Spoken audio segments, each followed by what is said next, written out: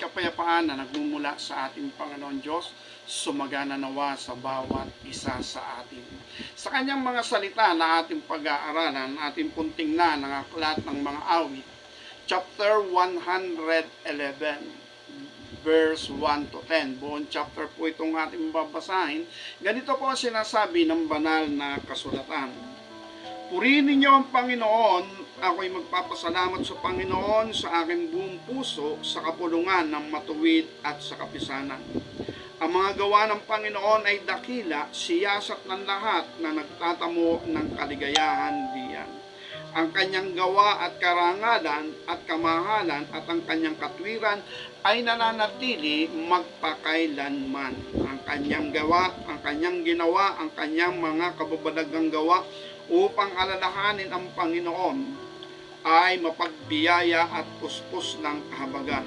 Siya'y nagbibigay ng pagkain sa natatakot sa kanya, kanyang aalalahaning lagi ang kanyang tipan. Kanyang pinakilala sa kanyang bayan ang kapangyarihan ng kanyang mga gawa at pagbibigay niya sa kanila ng mga mana ng mga bansa. Ang mga gawa ng kanyang kamay ay katotohanan at kahatulan. Lahat niyang mga tuntunin ay tunay, nangatatag magpakailan-kailanman, mga yarik sa katotohanan at katwiran. Siya'y nagsuko ng katubusan sa kanyang bayan.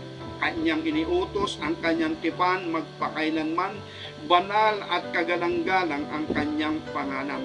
Ang pagkatakot sa Panginoon ay pasimula ng karunungan, may mabuting pagkaunawa ang lahat ng nagsisunod sa kanyang mga utos, ang kanyang kapurihan ay nananatili magpakailan-kailanman. Pagpalaan ng Panginoon ang pagkabasa ng kanyang salita, at ito nga po yung ating pag-aaralan at ating pong pinamagatang genuine convert. Ito po ang sulat ng aklat ng mga awit. At ito pong binabanggit ditong tipan, ito po yung tipan ng katubusan. Kasi ang binanggit dito ay mga bansa, kaya po hindi lang ito sa bansang Israel. Sabi rito sa verse 6, kanyang ipinakilala sa kanyang bayan ang kapangyarihan ng kanyang mga gawa. Sa pagbibigay niya sa kanila ng mga mana ng mga bansa. Ibig sabihin, siyempre, sinabi ng ating Panginoong Jesus sa John chapter 4 na ang kaligtasan ay nagmumula sa mga Hudyo. Kaya sabi rito, pinakilala niya sa kanyang bayan at pagpapakilala sa mga bansa. Kaya hindi lamang sa kanyang bayan, kundi sa lahat ng bansa. Wala na pong itinatangi. Kaya sa kamatuwid, hindi po ito Old Testament. At ang binabanggit dito na tipan ay yung tinatawag na redemption. Kaya dito sa redemption na ito, eto na yung bagong tipan sa pamagitan nga ng ating Panginoon Kristo. Pero ito po yung ating bigyan ng pansin, yung verse 7 at verse 8. Ganito yung sinasabi. Ang mga gawa ng kanyang kamay ay katotohanan at kahatulan. Lahat niyang mga tuntunin ay tunay. Nangatatag magpakailan-kailanman, mga yari sa katotohanan at katwiran. Sa English, the work of his hands are verity and judgment. All his commandments are sure. They stand fast forever and ever and are done in truth and uprightness. Kasi po yung titingnan nating uprightness, sa Diyos lang talaga yun. No po, favor na lang ng Panginoon kung ito'y ibigay sa tao. Pero hindi po ito maibibigay sa tao malibang magpatubos o matubos o pagtibayin sa kanya yung katubusan. Kaya nga doon po mapasok yung sinasabi ng Romans chapter 3 verse 10 na wala talagang matuwid, wala kahit isa. Pero yung sinasabi naman ng Romans chapter 5 verse 17 to 19, dahil sa ating Panginoon Kristo marami na nagiging matuwid. Dahil kay Adan marami po ang naging makasalanan at di naging matuwid. Pero dahil sa pagtalima ng ating Panginoong Kristo sa pagganap niya ng redemption, marami ang magiging matuwid. Then, mula pa kay Eva at kay Adan, pagbagsak nila sa kasalanan, doon na pumasok na wala nang matuwid, wala kahit isa, hanggang sa dumating yung tinatawag na redemption. At yung redemption, eto na nga, sabi rito sa ating teksto na ating binasa, verse 9, siya'y nagsugo ng katubusan sa kanyang bayan, kanyang iniutos ang kanyang tipan magpakailanman, banal at kagalang-galang ang kanyang pangalan. Siya'y nagsugo ng katubusan. Kaya po yung katubusan na yon para po i-upgrade o i-level up or else maging ganap, maging lubos o masumpungan na ng tao ang buhay. Lagi po natin binabanggit, si Haring Solomon hindi po talaga nakasumpong ng buhay. Si Haring Solomon, ang sabi nga ay naandun siya sa tinatawag na pagdadalamhati din o tinatawag na depression. Depression yung dumating sa kanya. Sa kanya sinulat sa Ecclesiastes chapter 2 verse 17. Sabi niya, I hated life. Yung pa naman ang pangarap ng lahat ng tao, to be rich and famous, at yun yung tugatog ng tagumpay na hinahangad ng tao, at yun ay hindi maabot ng karamihan, bagamat may ilan na nakakaabot. Pero yung mga nakaabot doon, gaya na nga ni Haring Solomon, nasabi ng banal na kasulatan, walang magiging kagaya niya pagkatapos niya, o may nauna naman sa kanya na naghari sa Israel o sa ibabaw ng lupa na mas higit kaysa kanya, na dakila, matalino, mayaman, at naandun yung favor ng Panginoon. Wala. Ibig sabihin siya yung naandun sa tugatog ng tagumpay about rich and famous. Pero yung naandun sa rich and famous, nadama niya sa loob niya yung kalungkutan, kabagabagan, pagkapagod o ang pangungulila ng kaluluwa. Hindi napunuan yung pangungulila ng kaluluwa ng tao na nagmula sa ating Panginoon Diyos, yung hininga ng ating Panginoon. Sa loob ng tao, may pangungulila ang tao. Bagamat nakamit ni Haring Solomon yung tinatawag na rich and famous, pero sa loob niya, hindi pa rin siya kontento.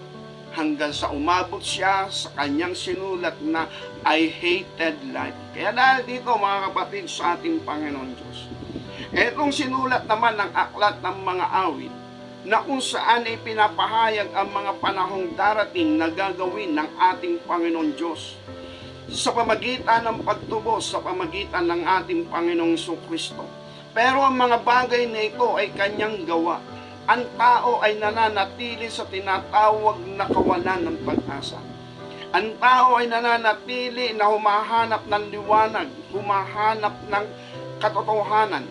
Kaya dahil dito ang ating Panginoon Diyos sa ganung kalagayan ay inabot niya ang tao, tubusin na ang tao. Yun ang paraan ng kanyang pag-abot. Kasi doon sa redemption, maaaring makalag sa kapangyarihan ng kadiliman ang tao sapagkat tutubusin niya sa kasalanan, at ang tao kapag sumampalataya at nagpatubos sa Panginoon na ipagkasundo sa tipanang ito, makakalabas siya sa kapangyarihang yaon. At ito, ang sabi rito, ito ay yari. Sabi ito ay yari sa katotohanan. Ito ay ginawa sa pamagitan ng katotohanan at uprightness daw. Yung tinatawag ditong katwiran, uprightness. Kaya yung uprightness ay mas higit po ito sa righteousness. Kasi yung upright, just and upright, ang Panginoon Diyos lamang yun. Kung ito nga, nagkakaroon nga ng argumento na walang matuwid, wala kahit isa, tama yun. Pero nang dumating na ang katubusan, yung nakakapagpasya na magpatubos at maipagkasundo sa dugo ng tipan, yun yung sinasabi na Romans chapter 5 verse 19, dahil sa ating Panginoon Kristo, marami ang magiging matuwid. Kaya yung pagiging matuwid nila, righteousness lamang yon, hindi po yun upright. Pero kung ibibigay ng Panginoon yung pagiging upright, nasa sa Kanya yon. Pero yung paglikha, yung paggawa ng ating Panginoon Diyos para sa buhay ng tao, ito'y about the truth and about uprightness. Sa matuwid, ang Diyos ang gumagawa. Tayo po ay nakikipagkasundo lamang. Kaya yung sinasabi ng Ephesians chapter 2, verse 10, tayo ay nilalang kay Kristo Jesus. Nang ibig sabihin, nilalang tayo kay Kristo Jesus, siya ang gumawa, hindi tayo, para daw sa mga mabubuting gawa. At yung pinag-aralan natin noong nakaraan, 1 John 3:9, na sinasabi ron, ang sino mang ipinanganak ng Diyos ay hindi nagkakasala sapagkat ang binhi ng Diyos nananaan sa Kanya at hindi siya maaaring magkasala. Yun ay kaganapan na nung plano ng Panginoon. Dumaan na siya sa proseso ng ibig sabihin, dumaan siya sa proseso na siya ay nakipagkasundo dito sa dugo ng tipan, at yung dugo ng tipan pinagtibay sa kanya, bumalik sa kanya yung righteousness and holiness. Lagi natin binabanggit yung sinabi ng Isaiah chapter 28, atin nga pong tingnan at parang nalilimutan na natin. Isaiah chapter 28 verse 17 o verse 16. Ganito ang sinasabi ng banal na kasulatan. Verse 16 to 17. Kaya ganito ang sabi ng Panginoon Diyos, narito aking inilalagay sa Sion na pinakapatibayan ng isang batong subok, isang mahalagang batong panulok na may matibay na patibayan. Ang naniniwala ay hindi nagmamadali. Ang aking ilalagay na pinakapanisim panukat, ang katwiran at ang pinakang pabato, ang kabanalan at papanisin ng graniso, ang kanlungan ng kabulaanan at aapawan ng tubig ang taguang dako. Yun po yung ating binabanggit na kung saan kapag tayo po ay naipagkasundo dito sa dugo ng tipan, ito yung unang inire-restore ng ating Panginoon Diyos sa buhay ng tao, yung kanyang larawan at wangis na inilagay kay Adan at tinaglay din naman ni Eva, the righteousness and holiness, ma-restore niya sa buhay ng tao. Kaya yun din yung sinasabi ng Ephesians chapter 4 verse 23 to 24, ating pong tingnan na kung saan ay tayo nga ay mga bihis ng isang bagong pagkatao. Sabi rito, Ephesians chapter 4 verse 23, kayo'y mga bago ng espiritu ng inyong pag-iisip at kayo'y mga bihis ng bagong pagkatao na ayon sa Diyos ay nilalang sa katwiran at sa kabanalan ng katotohanan. Kaya po ito, lagi po dugtong-dugtong ito. Katotohanan, katwiran, kabanalan. Pero dito sa ating teksto, sa aklat ng mga awit, binanggit dito ay ang katotohanan at katwiran. Pero kakaiba po yung katwiran na palagay dito sa English King James Version ay uprightness, sa matuwid ang ating Panginoon Diyos ang gumagawa. Okay, balik po tayo. Bakit po natin sinabi na ito ang tinatawag na genuine convert? Nang ibig sabihin ng genuine convert, ito ay hindi po ayon sa pag-anib natin sa reliyon, sektang pananampalataya, kundi personal na tayo'y winork out, tinrabaho ng ating Panginoon Diyos, ng ating Panginoon Kristo at ng banal na Espiritu. Yes, meron po tayong mga paniniwala, may kanya-kanya po tayong kakayanan ng pananampalataya, pagtanggap ng pananalig, paniniwala o prinsipyo, pero nasa sa atin po yun kung alin po yung ating pipiliin, kung alin yung ating hahakbangan, pananaligan. Pero sinabi ng banal na kasulatan sa aklat ng Juan, chapter 6, verse 45, ganito ang sinasabi, nasusulat sa mga propeta, tuturuan silang lahat ng Diyos. Ang bawat nakarinig sa Ama at natuto ay lumalapit sa akin. Ito yung sinasabi ng ating Panginoon Kristo, lahat ng tumatawag sa ating Ama na manlilikha, na lumikha ng lahat ng mga bagay, ang makapangyarihan sa lahat, yung tinatawag na Creator. Ang lahat ng lumalapit doon at natututo, ang sabi ron ay lumalapit sa ating Panginoon Kristo o dinadala sa ating Panginoon Kristo. Ang sabi rito, nasusulat sa mga propeta, tuturuan silang lahat ng Diyos at ang bawat nakarinig sa Ama at natuto ay lumalapit sa akin. Verse 37, ganito ang sinasabi, ang lahat ng ibinibigay sa akin ng Ama ay magsisilapit sa akin, at ang lumalapit sa akin sa anumang paraan hindi ko itataboy. Wala pong problema doon. Nang ibig sabihin sa ating teksto, siya ay nagpakilala para sa kanyang bayan. Nagpakahayag siya sa kanyang bayan. Kaya ibig sabihin, kung sa kanyang bayan, ayon sa kautusan, bansang Israel lamang po yun, sapagkat ang unang tipan ay para sa bansang Israel lamang. Pero ang kasunod nito ay para na rin sa mga bansa. Sabi rito sa ating teksto, Aklat ng Mga Awit 111 verse 6, kanyang ipinakilala sa kanyang bayan ang kapangyarihan ng kanyang mga gawa, sa pagbibigay niya sa kanila ng mana ng mga bansa.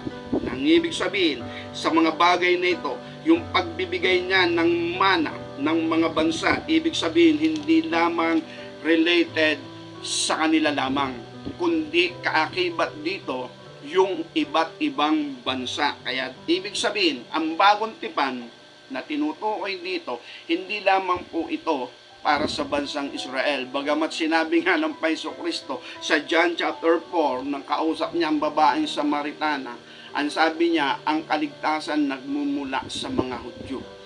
Dahil ang ating Paiso Kristo ang hari ng mga Hudyo, pero ayaw tanggapin ng mga Iskriba at Pariseyo, at si Pilato ang naglagay nun sa ulunan ng kanyang krus. Sabi nila, bakit nilagay mo diyan? Hari siya ng mga Hudyo. Sabi ni Pilato, ang nalagay ko, nailagay ko na. Siya ang hari ng mga Hudyo, kaya wala silang magawa. Kaya dito, ito yung ating makikita. Nang ibig sabihin, ang dugo ng tipan, ang bagong tipan, yes, para sa kanyang bayan yan, para sa kanyang bansa, na nauna nang nananalig sa Ama. Pero kaakibat nito, hindi nais at ang plano ng ating Panginoon, di sila mananatili sa kautusan, kundi ipapasok sila sa biyaya. Kasi yung kautusan mabigat, kundi kailangan yung redemption, at ito yung panibagong tipan para sa kanyang bayan, na kung saan ay tutubusin na niya ang sala ng sanlibutan o ang sala ng kanyang bayan, pero damay ang buong sanlibutan, hindi lamang yung bansang Israel. Kaya lang, ang sabi nga, ito yung problema. Hindi po nakasunod ang bansang Israel pagpasok ng bagong tipan, kundi meron naman, kaya lang napakaliit na porsyento. Sabi nga natin sa Aklat ng Mga Gawa, sabi ron, 120 silang naroroon sa upper room, bagamat nang umakyat sa kaitaasan ng Panginoon, siya'y napakita sa may 500 katao. At sa paningin ng 500 katao, na yaon ay nakita siya na pumailan lang at umakyat sa kaitaasan. At ang sabi niya, pumaroon kayo, maghintay kayo sa Jerusalem. And punto, sa kanilang paghihintay, ang naghintay po dun ay 120, at yung po yung nasangkapan ng pagbaba ng Espiritu Santo na siyang kapangyarihang tataglayin ng bawat nananalig sumasampalataya sa Panginoon Kristo. Sa dami po ng Israelita, yung po yung nakatugon.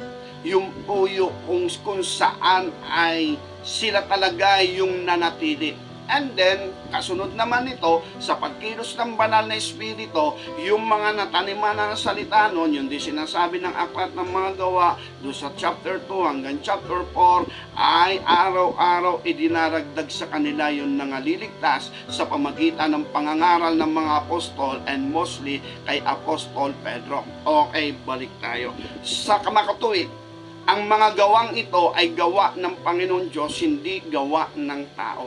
At kung ito ay hindi gawa ng tao, sa ganitong kalagayan, ang Diyos ang kumikilos, ang Diyos ang gumagawa, ang tao sumusunod lamang, nananalig, nananampalataya. Kaya dito sa tinatawag nating genuine conversion, nang ibig sabihin, ang paggawa ng ating Panginoon Diyos, kailangan niya yung tapat na puso ng tao.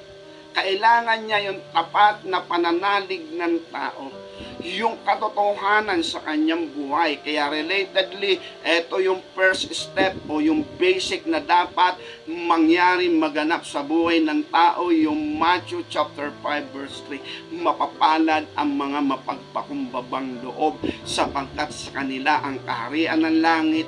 Bakit? Naroroon ang pagkilos ng Panginoon Diyos sa mapagpakumbabang loob. Sa mga tuwid, dun sa mapagpakumbabang loob, nase-select na sila ng ating Panginoon. O ibig sabihin, pinipili, hinihirang na sila ng ating Panginoon sa pamagitan ng paghanap at pagtawag niya sa mga tao na kung saan ay kanyang bibigyan ng kaganapan ng buhay, or else yung tinatawag na kabuuan ng buhay, yung makakasumpong ng tunay na buhay. Yung po yung sinasabi ng Kawikaan chapter 8 verse 35. Atin nga pong tingnan. Ang sabi rito sa aklat ng Kawikaan chapter 8, ganito ang sinasabi ng banal na kasulatan. Okay, verse 35.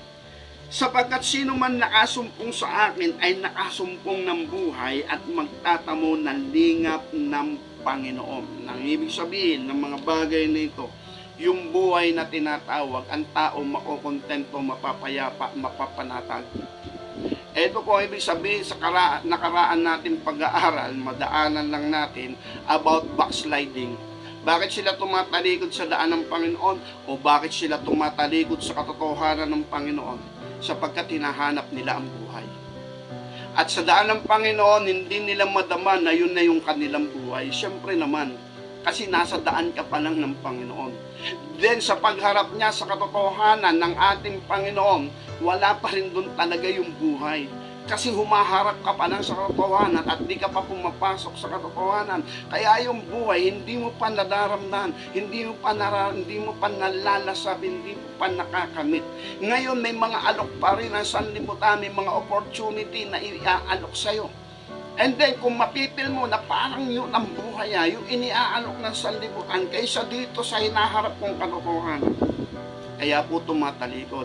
Pero once ang tao nakapasok dun sa buhay, nakapasok sa katotohanan at nagtamo ng buhay, kailanman hindi niya bibitawan ng buhay. Kaya nga sinasabi natin, ang sino man nakapasok doon sa tinatawag na buhay na ibinibigay ng Panginoon Kristo, John 10:10. John chapter 10 verse 10, sa kalahating bahagi, ang Panginoon Kristo ay naparito para magbigay ng buhay sa mga tupa. Yung mga tupa, mapagpakumbabang loob.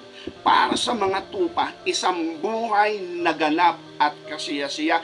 At yun yung hinahanap ni Haring Solomon. Yun din ang hinihingi ni Haring David sa aklat ng mga awit chapter 51 verse 10, na kung saan hinahanap niya yun. Kaya dito makikita natin yung pag-aaral natin noon about backsliding.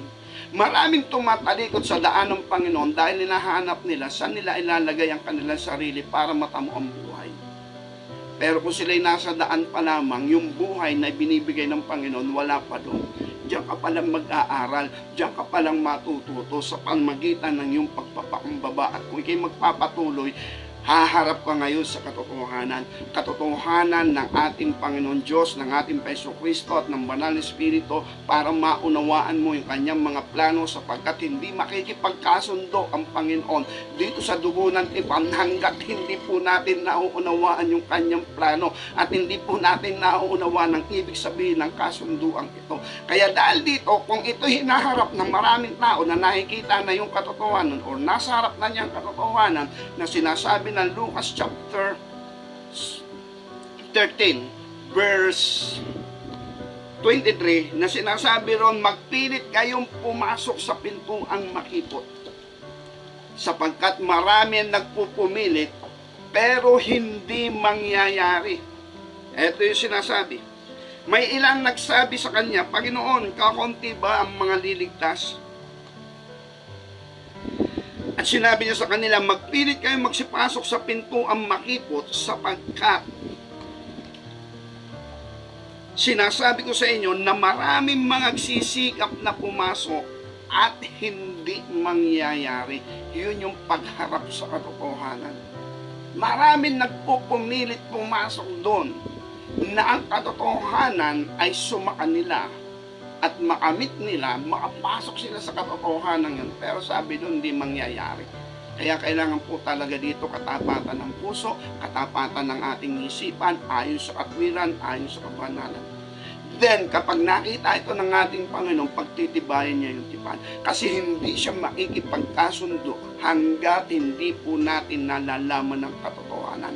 Kaya relatedly, pasantabi, pero kailangan po natin dagdagan yung ating natanggap na paniniwala. Na hindi lamang pagtanggap sa ating Panginoon Jesucristo, ligtas na tayo. Kundi yung pagtanggap natin sa Panginoon Jesucristo, yun ay merong kabuuan. At ang kabuuan nga noon, mahirap tanggapin ang bagay na hindi naman natin naiintindihan. At mahirap ding ingatan ang mga bagay na hindi natin nauunawaan, naiintindihan. At mahirap kang makipagkasundo sa isang kasunduan na hindi nga natin nalalaman. And God knows, alam niya kung naiintindihan na natin o nalalaman na natin. Kaya kapag ito'y atin na naintindihan, naunawaan na, dito tayo makikipagkasundo at dito tayo pagtitibayin ng ating Panginoon sa dugo ng kanyang tipan. Kaya ibig sabihin, about genuine convert. Lahat ng natuto sa Ama, dinadala sa Panginoong Kristo, at ang lumalapit naman sa Panginoong Kristo, hindi niya itinataboy. And then, ang salita ng ating Panginoong Kristo, napakalaga, kanyang mga aral at turo. Yes, bagamat malalalim, pero ito ang ministeryo ng banal na Espiritu. Ito yung gagabay at aakay naman sa bawat isa sa atin at magbibigay sa atin ng pangunawa. Kaya sinasabi ng ating Panginoong Kristo, John chapter 18 verse 37, sinabi sa kanya ni Pilato, ikaw bagay yung hari. Sabi ng Panginoon, ikaw nagsasabing ako'y hari. Ako'y pinanganak dahil dito, at dahil dito ako para patutuhanan ang katotohanan. Sapagkat bawat isang ayon sa katotohanan, nakikinig na aking tinig. Sabi ni Pilato, anong katotohanan? Alam po ninyo, ako'y nalambot at nakina dito nung bago pa lang po ako. Siguro po noon ay Bible researcher pa lang ako, baka hindi pa ako nakapagpapatubos ng buhay sa Panginoon. It will be 1990 siguro yon, mga ganon. Kasi 1991 ako nang magpatubos. Nag-aanap po talaga ako ng katotohanan. Yung po talaga nasa puso ko, humahanap ako ng katotohanan. Ngayon, kaya ako nanghina ng lambot. Sa paghahanap ko ng katotohanan, nagtanong na si Pilato, ano ang katotohanan? Pagkasabi niyang ganun, tumalikod. Tumalikod na siya at hindi niya inalam kung ano yung katotohanan. Kaya sabi ko, grabe naman. Ako na naghahanap ng katotohanan, nanghina ng lambot, kasi maaaring makita ko o may makuha akong information sa sasabihin ng Panginoon. Kung hinintay niya ang sagot ng Panginoon Kristo, ang problema kay Pilato, tumalikod nga. Kaya hindi ko po pinagmamalaking aking sarili, pero sana tayong lahat ay maging ganon. Ang hinahanap po natin katotohanan, hindi po kasikatan, hindi po katanyagan, hindi po yung tinatawag na rich and famous, hindi po yun. Ang hinahanap ko talaga katotohanan ng mga panahon. Ang mga panahong yun, estudyante po ako ng STI programming. At hindi man po ako naging lubos doon, pero ako po ay nakaumang na kami magkakapatid ay kukunin ng kapatid ko sa Australia. Pero sa mga panahong yon, dito mahanap ako ng katotohanan, and then nang makita ko ang isang bahagi ng katotohanan, nagpatubos ako. At ito yung pinili ko. Okay, nadaanan lang po natin yun. Ito kasi yung sabi ni Pilato John chapter 18 verse 37, sinabi sa kanya ni Pilato, ikaw ba'y hari? Sumagot si Jesus, ikaw ang nagsasabing ako'y hari. Ako'y pinanganak dahil dito ako naparito sa sanlibutan upang bigyan ng patotoong katotohanan. Ang bawat isang ayon sa katotohanan ay nakikinig ng aking tinig. Sinabi sa kanya ni Pilato, ano ang katotohanan? At nang masabi niya ito, lumabas siyang muli sa mga Hudyo at sa kanila sinabi, wala akong nasumpungang anumang kasalanan sa kanya. At yun po yung ipinanghina ko bilang patotoo nung panahon nagre-research po ako patungkol sa ating Panginoong Kristo, patungkol sa bagong tipan. Sabi ko, sayang. Nagtanong si Pilato kung anong katotohanan, pero hindi pala siya interesado sa sagot. Kaya pagkasabi niya anong katotohanan, sabi ron, lumabas na si Pilato. Sabi ko, dapat sana inantay niya para natala sa banal na kasulatan kung ano yung katotohanan. Pero isang bahagi, wala pong problema doon, niloob ito ng ating Panginoon Diyos sapagkat ang Espiritu Santo ang magsasabi ng buong katotohanan. Relatedly, ito yung binabanggit sa John chapter 14 verse 13. Ating tingnan, John 14:13 nga ba? Ang sabi rito, okay, John chapter 14 or 16. Ano natin sa 16? Ako'y dadalangin sa Ama at kayo bibigyan niya ng ibang mga ali upang sumainyo magpakailanman sa matwid bagay espiritu ng katotohanan na hindi matatanggap ng sanlibutan. Hindi matatanggap ng sanlibutan sapagkat hindi niya sila nakikita, ni nakikilala man siya. Siya'y nakikilala nyo sapagkat siya'y tumataan sa inyo at sa inyo. Hindi ko kayo iiwang mag-isa, ako'y paparito sa inyo. Chapter 15, meron din siyang binanggit dito.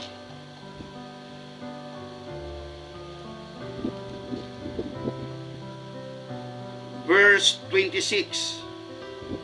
Datapat pagparito ng mga aaliw na aking susugurin sa inyo mula sa Ama sa matuwid bagay ang Espiritu ng katotohanan na nagbubuhat sa Ama, siya ang magpapatotoo sa akin. Chapter 16, verse 12 to 13. Mayroon pa akong maraming bagay na sa inyo isasabihin, ngunit ngayon ay hindi nyo mga titiis. Gayunman, kung siyang Espiritu ng katotohanan ay dumating, papatnubayan niya kayo sa buong katotohanan sapagkat hindi siya magsasalita ng mula sa kanyang sarili kundi anumang bagay na kanyang marinig, ang mga ito ang kanyang sasalitain at kanyang ipapahayag sa inyo ang mga bagay na magsisidating. Sa mga tuwid, kabahagi po sa ating po pakikipagkasundo sa ating Panginoon Diyos, sa ating Panginoon Kristo, sa banal na Espiritu, sa bagong tipan, nga andun po sila. Nang ibig sabihin, pag naipagkasundo po tayo dito sa dugo ng tipan, bagong tipan, dapat po alam natin, naturuan po tayo ng banal na Espiritu sa pamagitan ng mga katotohanan.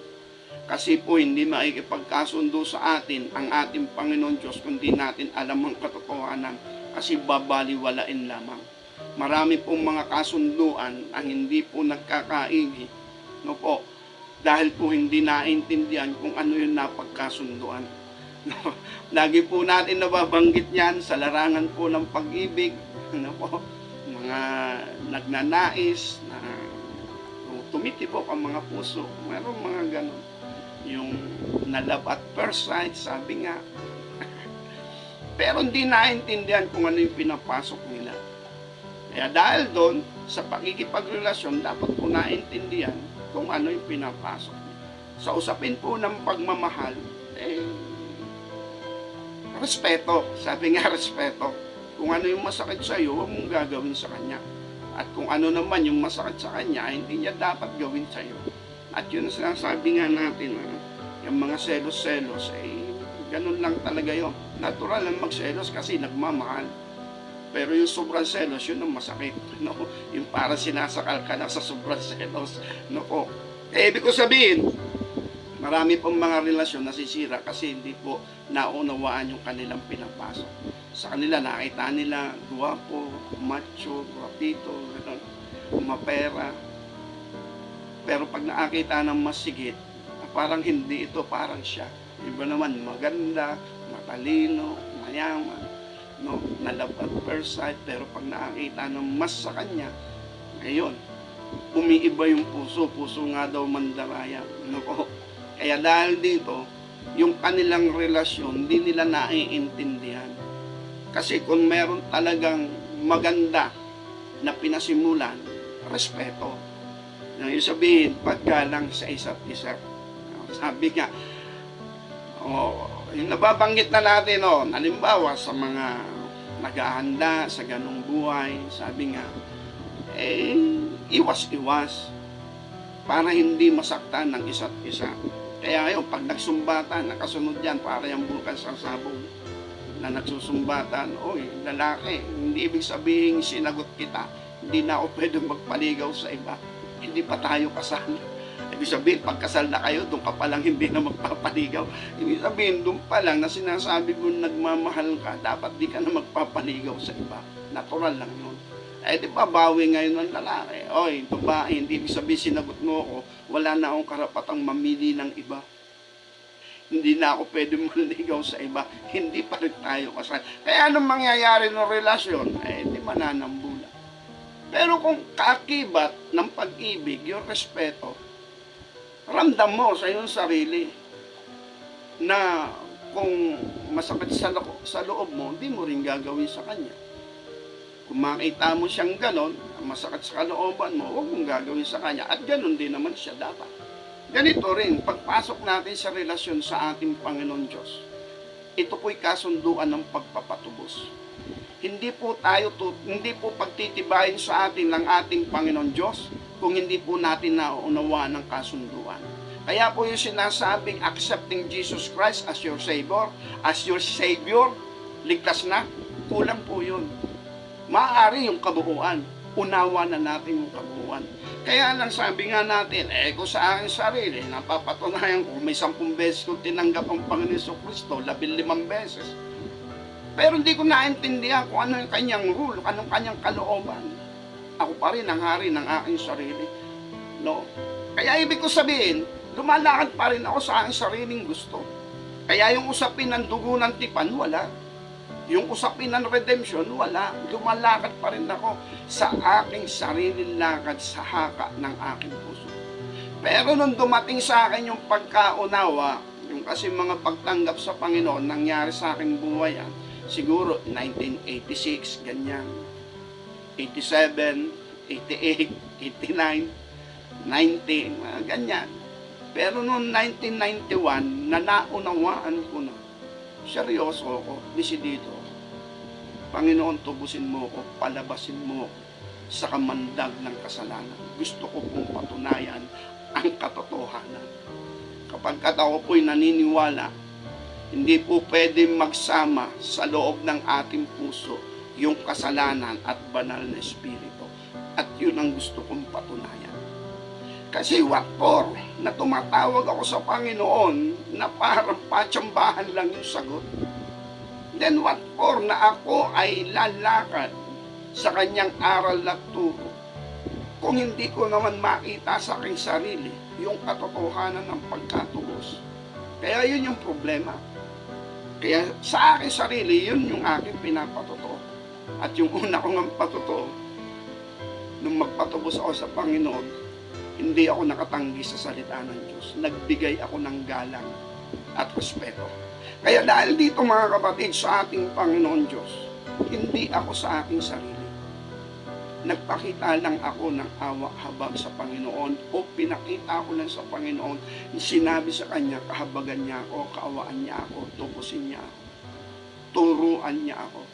Then salamat sa Panginoon sapagkat wala na naman siya.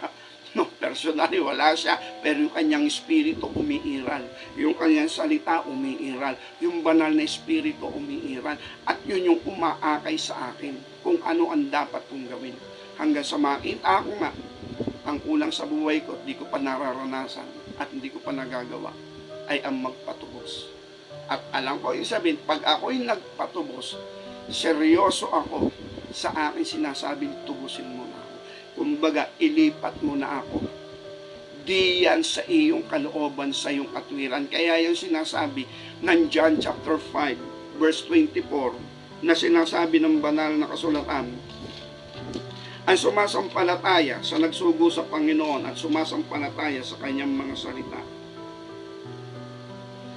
John chapter 5 verse 24, katotohanan sinasabi ko sa inyo, ang dumirinig ng aking salita at sumasampalataya sa kanya na nagsugo sa akin, may buhay na walang hanggan. Hindi mapapapasok sa paghatol, kundi lumipat na sa kabuhayan mula sa kamatayan. Yun po yung sinasabi at yun din yung gusto ko. At yung gusto kong mangyari, kung ako'y magpapatubos, dapat ganun ang mangyayari. Dahil yun naman ang basic na process. Pag nagpatubos tayo sa Panginoon, ililipat niya tayo dun sa kabuhayan. Ililipat niya tayo sa panibagong buhay at ilalabas niya tayo sa kamandag ng kasalanan. Kaya dahil dito mga kapatid sa ating Panginoon, kaya natin sinasabi ang pagiging genuine convert, ang Diyos ang gumagawa. Tayo po ay nakikipagkaisa lamang. Kaya dahil dito mga kapatid sa ating Panginoon, ang Panginoon Jesucristo ang gumawa ng bagong tipan. Siya ang nagpakahayag nito, siya ang gumanap nito. At ang sabi nga, nakabalik siya sa Ama nang hindi dumaan siya sa hukuman, sapagkat siya'y nilinis ng dugo ng tipan na sinasabi ng Hebreo chapter 10 verse 29. Ang dugo ng tipan, ang banal na dugo ang nagpabanal sa kanya. Kaya ibig sabihin, yun din sinasabi ni Apostol Pablo sa Ephesians chapter 2 verse 6, tayo rin naman ay pinaupo nakasama ni Kristo sa kanan ng Ama. Ibig sabihin, wala rin tayong dadaan ng hukuman. Na sinabi ito ni Apostol Pablo, nabubuhay pa siya. Siya yung sumulat. Kasama na tayong pinaupo ng ating Paiso Kristo sa kanan ng Ama. Bakit? Yung kasing Ephesians chapter 2 verse 1 at verse 5, tayo ay quickened. Tayo ay binuhay na maguli. Nang ibig sabihin, dati tayong patay sa kasalanan, binuhay na maguli, at hindi po resurrection ang binabanggit doon, kundi quickening or quicken. At yun yung righteousness and holiness of God na inilagay niya sa kanyang nilalang na tao kay Adan, at yun ay kasama sa hininga ng Diyos. Ang hininga ng Diyos na siyang buhay ay may kalakip na righteousness at holiness. Nang pumasok sa kasalanan, nawala yun, kaya ang buhay ng tao nagdilim. At dito tayo tinubos ng Panginoon Jesucristo para i-restore yun. Kasi habang hindi po nare-restore yung righteousness at holiness na inilakip niya sa buhay ng tao, ang buhay ng tao hindi po kumpleto. Kaya si Haring Solomon di po talaga naging lubos yung kanyang buhay. Ibinigay na ng Diyos sa kanya ang maisip niya at naiisip ng tao na magbibigay sa kanya ng kasiyahan. Rich and famous. Then, nabigo si Haring Solomon. Pero dito sa bagong tipan, sinasabi na ng John chapter 10 verse 10, siya'y naparito para magbigay ng buhay, isang buhay na ganap at kasiyasiya. Ngayon, mangyayari yung mga bagay ngang ito, mga kapatid, sa ating Panginoon. Kung tayo po ay magiging, sabi nga, ay isang materiales vertes, sabi ng mga matatanda, parang Kastila kasi yun. Yung ibig sabihin, mga mamahaling sangkap. At yun nga po yung katotohanan at uprightness of God. Doon tayo lilikhain ng Panginoon Diyos. At hindi natin yun kaya. Lahat ng ating binabanggit, pagpasok natin dito sa bagong tipan na natatala sa banal na kasulatan, yung resulta ng bagong tipan, lahat ng yun hindi natin yun kaya. Siya ang makagagawa nun. Ang kaya lang natin manalig, manampalataya, then maipagkasundo. Kung alam na natin katotohanan, makikipagkasundo na tayo sa bagong tipan. Pag pinagtibay niya ito ng kanyang banal na dugo, yun ang lagi natin binabanggit. Ezekiel chapter 36 verse 25 to 27, yun lagi nating sinasabi. Magwiwisik siya ng buong kalinisan sa atin buoding karumihan. Kahit na nga daw sa pagsamba sa Diyos-Diyosan, kung ano man Diyos-Diyos ay sinamba nila, pero kung mauunawaan na natin yung katotohanan, walang problema doon. Then lilinisin niya tayo doon, at yun po yung simbolo ng kanyang dugo. Wala pong kasalanan na hindi kayang ipatawad ng Diyos sa usapin pakikipagkasundo sa dugo ng tipan. Then pagkatapos nito, bibigyan niya tayo ng bagong diwa, at yun nga yung kanyang larawan, yung kanyang wangis, righteousness. Then yung puso natin makasalanan, papalitan niya yun, yung pusong bato. Papalitan ng pusong laman, pusong makadiyos, pusong makatao. Nang ibig sabihin, papalitan niya yan ng kabanalan. Then, kung malinis na tayo, meron na tayong righteousness, meron din tayong holiness, sa kanya ilalagay yung kanyang espiritu sa loob natin. Kasi malinis na nga. And then, palalakarin niya tayo sa kanyang kahatulan at palatuntunan, at yun naman ang ating isasagawa. At wala po ako nakikita ang rule of law ng bagong tipan ng pakikipagkasundo, kundi yun nga lamang righteousness and holiness na binanggit natin sa Isaiah chapter 28 verse 16 to 17 at yung Ephesians chapter 4 verse 24. Nang ibig sabihin about righteousness and about holiness. At yung katotohanan yun naman ay ipapaunawa na sa atin. 1 John 5:20, naalalaman natin na tayo ay binigyan niya ng pagkaunawa na makilala natin siya na totoo at tayo rin naman ay totoo sa mga tuwid bagay kay Jesucristo, siya ang anak ng Diyos. Kaya dahil dito, napakahalaga yung pagkaunawa. At ito po ay sa pamagitan ng Ama, ng Anak, at ng Espiritu Santo. Ang Ama, sa iba't ibang dako man tayo naroroon, lalo na yung mga nasa bagong tipan, nang ibig sabihin, lahat daw ng natututo sa Ama, dinadala sa Panginoon Kristo. At lahat naman dinadala sa Panginoon Kristo, hindi niya tinatanong. Then, pag dinala sa ating Panginoon Kristo, andyan ka na sa daan ng katotohanan. Then, pagtitibayin sa iyo ang dugo ng tipan. Kasi kailangan natin matubos. Hindi po tayo makakalabas sa kamandag ng kasalanan kung hindi po tayo magpapatubos. Hindi po magiging malinis yung ating budi kung wala po ang dugo ng Panginoon Kristo na tutubos sa atin o pagtitibay ng dugo ng tipan. Kaya dahil dito mga kapatid sa ating Panginoon Diyos, tayo'y ipinanganak sa pamagitan ng salita ng katotohanan niya na sinasabi ni Santiago, James chapter 1 verse 18. Sa kanyang kalooban niya yon, ipinanganak niya tayo sa salita ng katotohanan upang tayo maging pangunahing bunga sa lahat ng kanyang nilalang. Likha yun ng ating Panginoon. Yun din yung binabanggit ng Ephesians chapter 2 verse 14 to 15. Sa dugo ng Panginoon Kristo, inilapit niya tayo at iginigiba niya yung pader na nagpapahiwalay sa dalawa kahit daw yung kautusan na may mga batas. At ang sabi ron, dahil dito ginagawa ang bagong tao. At dahil dito natatanggap ng taong kapayapaan o dahil dito ginagawa ang kapayapaan sa pamagitan ng mga bagong tao. At yung pong pagiging bagong tao, di po natin kaya yun. Ang Diyos ang gumagawa no. Kaya dahil dito sinasabi nating genuine convert. Na ibig sabihin tayo po ay in-restore ng ating Panginoon. Hindi po tayo bumago ng reliyon. Walang reliyon nagagarantiya na tayo po'y papasok sa buhay na walang hanggan. Pero yung gagarantiya ko po sa inyo, ang dugo ng tipan, pag ito ang ating ginawa, makipagkasundo sa dugo ng tipan, ginagarantiyahan tayo ng banal na kasulatan ng pagpasok sa kanyang biyaya. Kaya nga dito, ang bagong tipan, tanong ko yan kaya mabuti po yung nagtatanong sa Diyos, bagamat may kapakumbaba. Tanong ko noon talaga, kahit sa prayer, kahit ako'y naglalakad, sa puso ko tinatanong, Lord, mabuti pa po yung lumang tipan. Alam ko po yung mga batas.